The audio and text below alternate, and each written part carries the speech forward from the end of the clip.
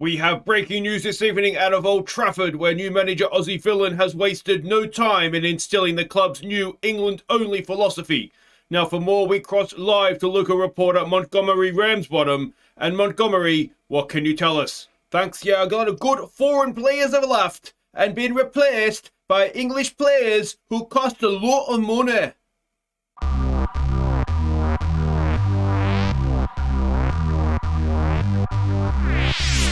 Hi guys, I'm Aussie Villain and welcome back to Manchester United. It's episode 2 of our England only series, where the goal is to try and win what we can using only English players.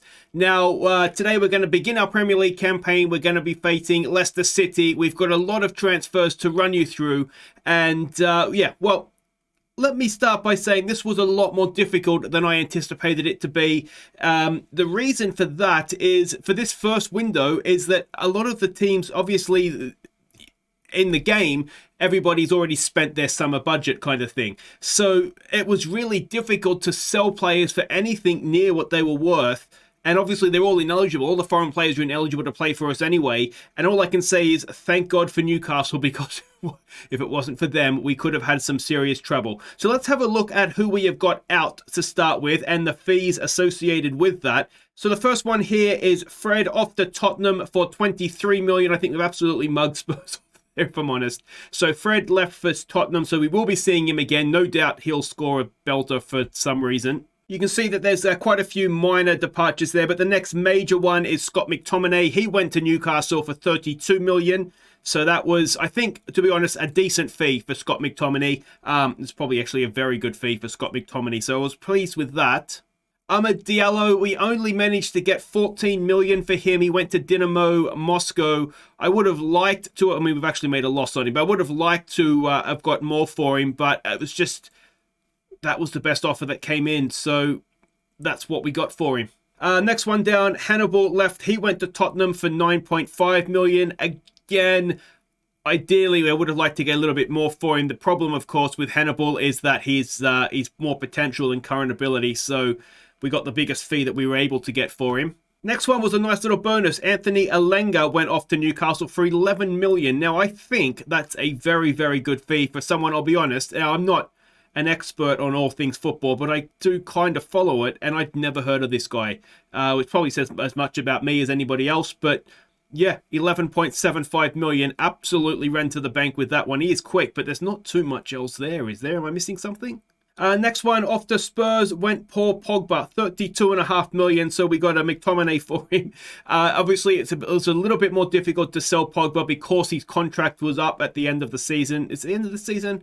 His contract was running up anyway, so it was, yeah, we didn't have too much room, and that was sort of the best we could get for him. So Pogba, no doubt, will come back and haunt us at Spurs.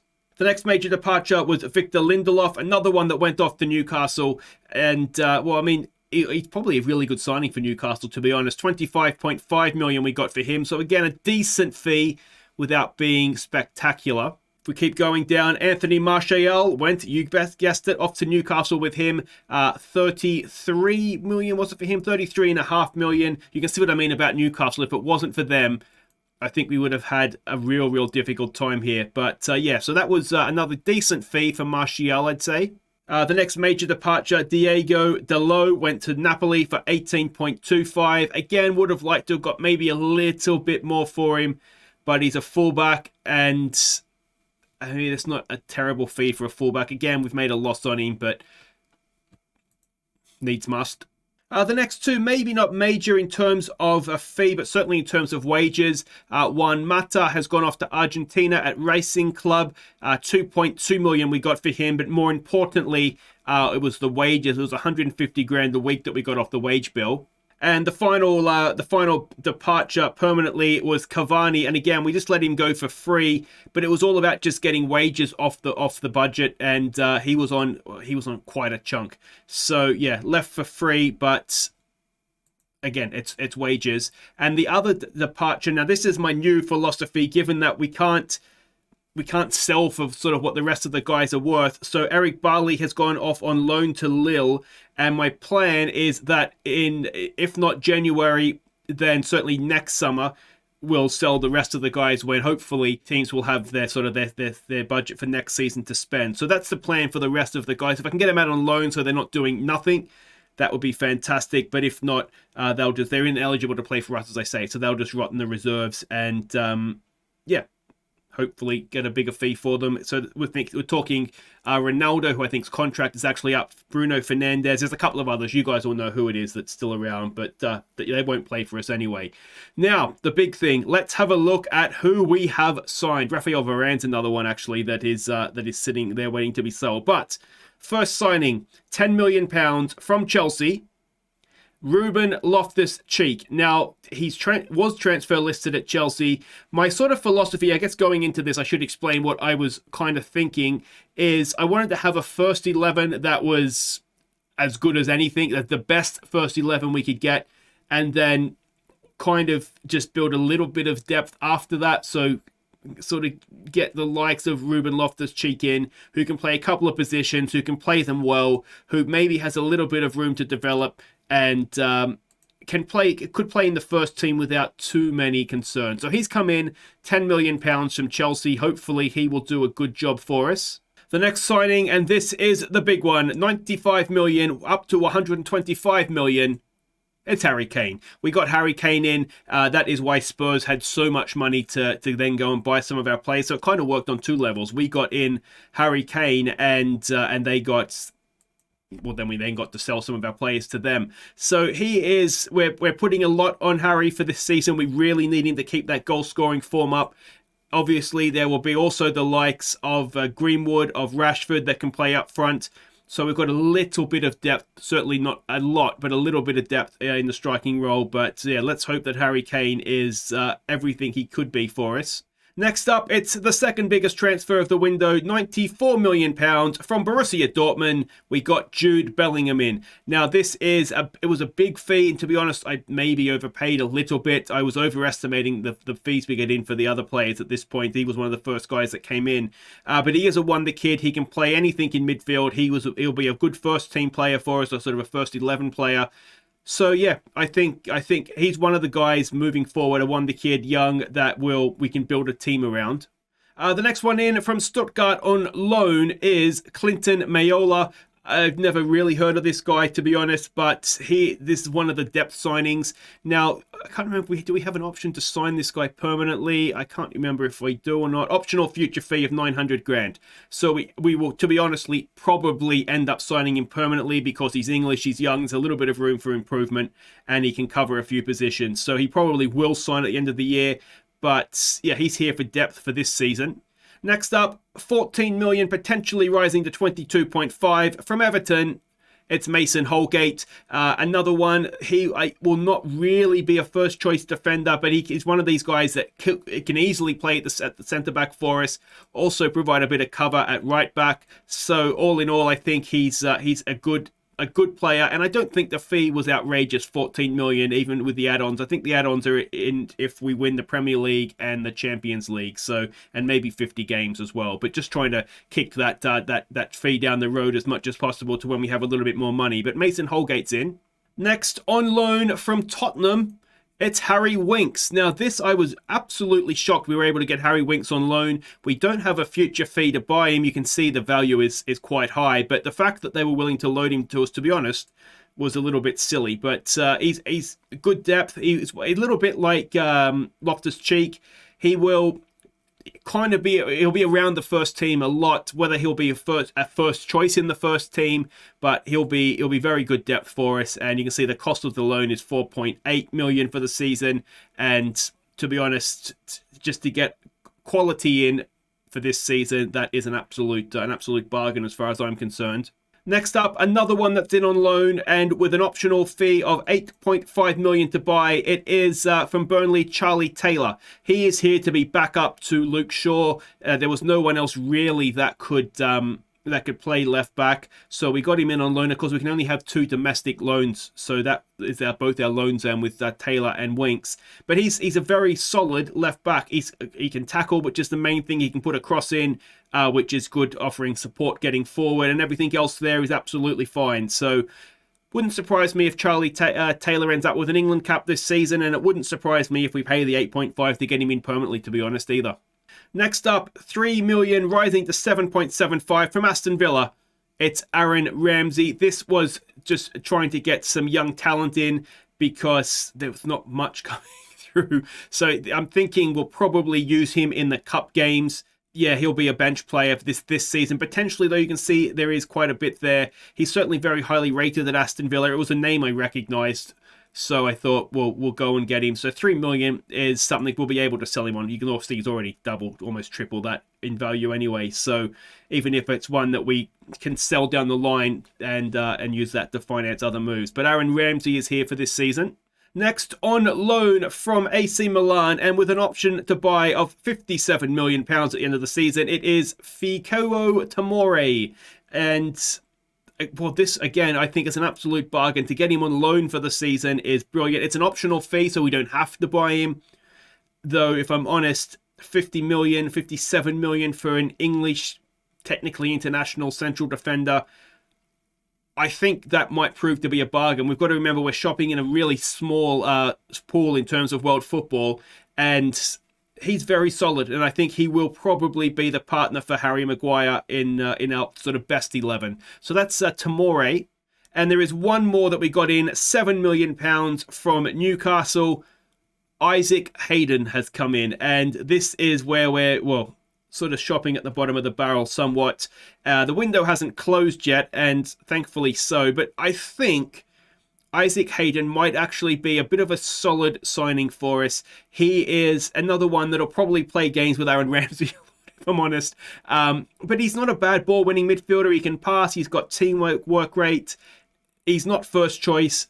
And just as well, he could cover at centre-back as well. And he's not a bad... He's one of those midfielders that could actually end up being retrained as a very... Actually, quite a decent right-back. So that might be something we look to do down the line. But anyway, he's 26. And, well, Isaac Hayden is a Manchester United player. And there's something you never thought you'd say. So there we go. That is the transfers that we've done. Now, if we look at the finances... we've got $6 million to spend. We're doing okay on the wage budget. We're about £1 million a week under it. I don't know what more we can do. Like I say, the issue that we've had is selling players for what they're worth, and that is holding us back. So we've got a guaranteed transfer budget of 57 million essentially for next season. Now, bearing in mind, you've seen the squad. Let's have another look at it, the first team squad. It's not very big. And if you're used to my channel, if you're not used to my channel, then make sure you're subscribing. You know that I operate usually with very big squads. This is minuscule for me. And some of these players are just, I mean, short tie is not too bad, but we've really scraped the barrel of the youth teams to try and find players that are anything like first team ready. So it is, and we've got 2 goalkeepers that are almost 100 between them. So we've just got to get through this season, pick up bargains where we can for squad depth, and go from there. It's going to be a very interesting season, and to add salt to the wounds, Rashford is missing for the first month or so. So it's going to be a very, very interesting season. Now, this is what the board want from us. We expected to qualify for the Champions League. Now, Newcastle's going to be the spinner in the works here, aren't they? I think... If you look, if we expect City, Liverpool and Chelsea to finish above us. We've taken Harry Kane away from Spurs, albeit they've got Pogba and a couple of other good players. I think Arsenal and Newcastle are going to be interesting, but I think we should just about be able to get into 4th place. Are we going to reach the semi-finals of the Champions League? We are no chance, I'd say, although our first 11's not bad. FA Cup reached the final. We'll try and go as far as we can just to try and cover for some other shortcomings. And the Carabao Cup, again, we'll try and go as far as we can. They're not going to be annoyed if we go deep in it, but given that it's not important to the board, we're not going to take it too seriously. If we look and see how we've been getting on so far, according to them, they're disappointed in our transfer dealings, but it really has been a case of just trying to get bodies in. Of course, the game doesn't know that we're playing England only. So it's it's been a little bit difficult. We were able to convince the board to sign Harry Kane, so that it did come out of our transfer budget, but the rest of it outside the 30 million was kind of a freebie, and then the sales funded the rest of the deals. So yeah, that's where we are. Let's go and see what we can do. I showed you finances. Dynamics might be interesting to have a look as well. Generally speaking, it's good. Now I've started to be honest, as a very good manager. So that's maybe cheating a little bit, but it's already hard enough. I didn't need the players that are here not respecting me because they don't know who I am. So that's maybe a little bit of not a cheat, but making it a little bit easier on myself. The hierarchy, we've got Rashford as a team leader. We've got a few highly influential players. I would expect Maguire and Kane as captain and vice captain to push up into team leaders sooner rather than later. And there's a little bit of support around for me, which is good. The social groups, it's what you would expect. There's the Manchester United core with a couple of the newbies in there, and then everybody else, hopefully over time, will find their way in there. But I don't think I can put this off any longer, can I? We're playing Leicester City. Let's go see what we're doing. Okay, so we are expecting a 4-2-3-1 formation from them. And this is the team we are sending out. It is Henderson in goal. Not ideal, but he's not bad, so he's going to be our number one for this season. Luke Shaw will be the left back. The back four, I think, is actually quite good. The first 11's actually fine, to be honest. Tomori with Harry Maguire, two ball-playing centre-backs, and then Wan-Bissaka as the right back. Harry Winks is going to be a deep-lying playmaker in front of them. We're going to have Bellingham as an advanced playmaker with Loftus-Cheek next to them as a Mazzella. In wide areas, Lingard is going to start this one. The Rashford injury is giving him a chance to come into the first team. And Sancho as an inverted winger, he's going to go down the left-hand side. And of course, the great man, Harry Kane, he goes up top. And let's hope he gets off to a goal-scoring start. The bench, Heaton, Holgate, Phil Jones, Charlie Taylor, Mayola, Hayden, Ramsey, Shortire, and Greenwood. There's not a whole lot there, is there? All right, so we can see the team sheets there, and I've got to say, I've really become excited for this. Trying to do the transfers. It's going to be a challenge, and it's going to take a few seasons. What do you want to say? This is actually when you make sure you do stick to the plan, stay patient, you'll be fine. Let's go with that. It really is going to be a challenge, and it's going to take us a few seasons just to get anything like a squad together. All right, and here we go. Now, one thing I didn't do was show you the pre-season preview, did I? But it doesn't particularly matter. And we've got a kickoff highlight. So yeah, let me know what you guys think of the transfers that we've done. There are obvious glaring holes, aren't there? But we'll see what we can do. Hopefully, I forgot, to be honest. There's no other way to say it. I forgot about Jack Wilshere. He would have been a very useful free transfer to bring in for us. That's an interesting start to the game. But yeah, as I say, unfortunately, I'd forgotten, and he's gone off to Rapid Vienna. We could go and pay to get him in, but to be honest, I'm not too disappointed with a lot of positions. We are a little bit short at right back, but Holgate can play there. Here we go with Sancho, threaded through by Harry Winks, and Jadon Sancho on debut in 15 minutes gives us the lead. Excellent stuff. And I mean, as I say, I've said it a few times now, our first 11 isn't bad. It's the depth. It's when we start playing in the Champions League. Wonderful ball from Winks. Good run from Sancho as well.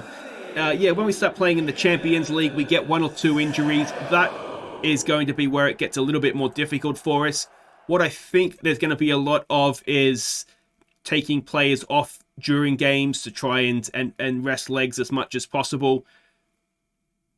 It's as I say, it's actually a really good challenge. And if you guys are going to do something similar, sometimes you see it something like this and you take it on.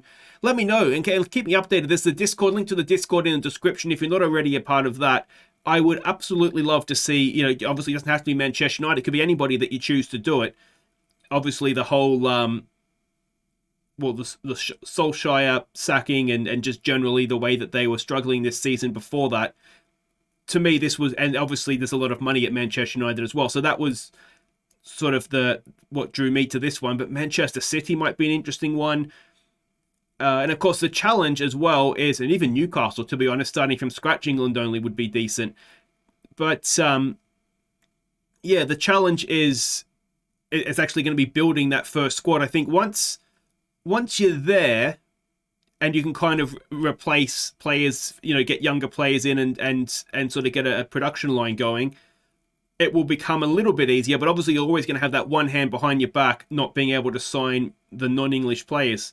But I mean, you could just as easily do it with another country. Harry Winks has a go, but that's easy for Kasper Schmeichel. You could do it as Barcelona with Spanish only, or, sky's the limit, really, isn't it? Here we go. You know what? This is slow because we haven't... let's get this match speed going up there a little bit. There we go. That's going to be better. It'll whip around a bit more now. So we've got another highlight. You've got to say, I mean, it's just before half-time. We've dominated the half so far. Maguire steps forward. Can he thread a ball through for Harry Kane? Can Harry Kane introduce himself with a goal? He goes wide. Back to Lingard, and Jesse Lingard for the first of the season. And it's 2-0, but just going into half-time. And, well, the England-only era at Manchester United, it's not got off to a bad start, has it? Very, very nicely done. Harry Kane looking like he's worth all 96 million we paid for him. And Lingard, well, he's going to have to stay, isn't he?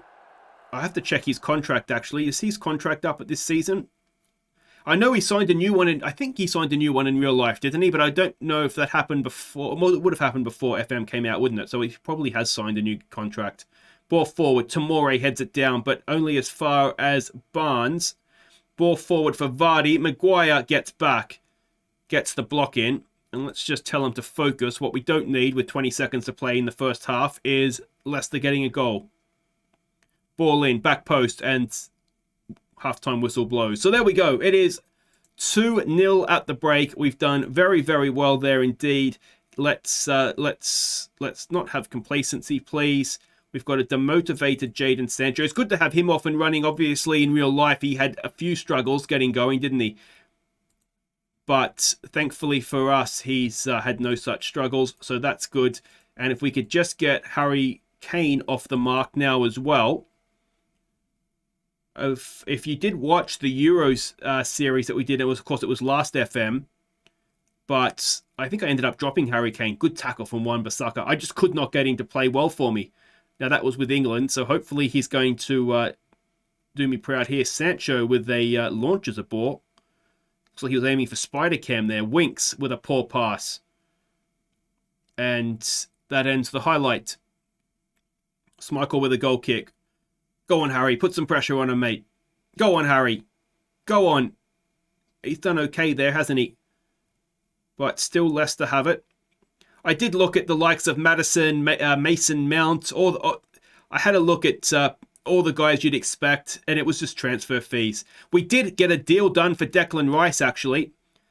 But the problem is that I couldn't raise the funds quick enough to get it across the line.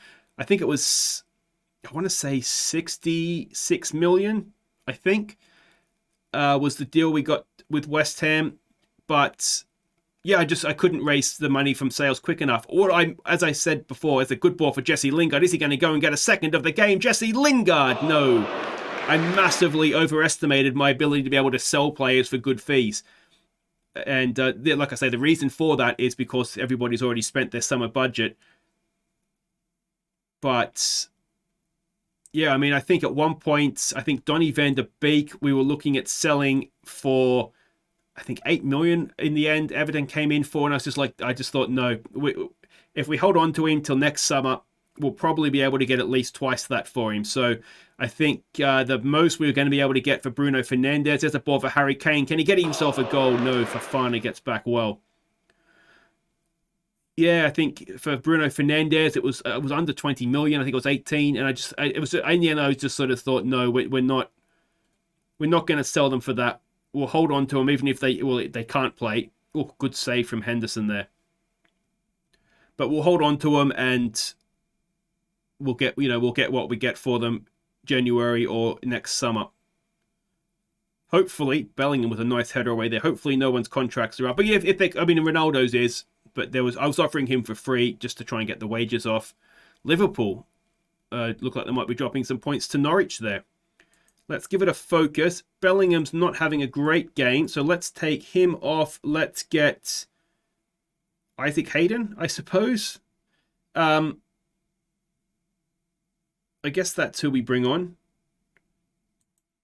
Don't know if I want Isaac Hayden as a advanced playmaker though, but there you go. He makes his Manchester United debut. Sure. As Liverpool go ahead of Norwich with a good ball in, and it's just over from Tomori. And hopefully we can just start and see this out now. It would be an excellent start, wouldn't it? 2-0 over Leicester. They're a good team. And as the clock ticks by, Harry Kane is looking tired. We'll take him off for Greenwood as suggested. Mason Greenwood is... Well, we know Mason Greenwood's a very good player, don't we? They've moved Vardy out wide there. He's only played a 6.1. We've shut him down superbly. And with 15 or so seconds to play, even if Leicester were to get a goal, and Lingard's had a really good game, hasn't he? Maybe even when Rashford comes back, Lingard might be starting. And there it is. Opening game of the season. It's a 2-0 win. And the All England era gets off to a winning start. Very happy with that. So we can see the other scores there in the end. Liverpool and City both win. Chelsea have dropped points. And Newcastle had the Friday night game. They won their game as well. So you suspect the top 5 might just about be the top 5 for most of the season. Those Spurs have still got to play as well. But I'm reasonably happy with that, I've got to say. Very, very pleased. It's Sancho on debut. Tomori, Winks. You can see all the other debutants there as well. And... yeah, well, there we go, guys. That's it for today. If you have enjoyed that, make sure you hit thumbs up. Don't forget to subscribe if you are new. Leave the comments, everything to help the algorithm. It is greatly appreciated. Get as many people involved in this. And yeah, get as many people. I want you guys, I want you to keep me up to date if you do something similar here. We've got a hellish October, don't we? So I think what we'll do is we'll come back for Chelsea-Liverpool. Never mind all of that. Of course, we'll be back for the Champions League, won't we? There's going to be a Champions League group stage draw, and somewhere around here, there will be the first game of the Champions League group stage. So that's what we'll be back for. We'll get the season underway, and we'll be back for the first game of the Champions League, whoever that may be against. We'll see the draw as well, and we'll play another game that's in and around that time as well. So if you've enjoyed that, thumbs up, subscribe if you're new, and I'll see you next time as we get properly underway with some European football. Take care.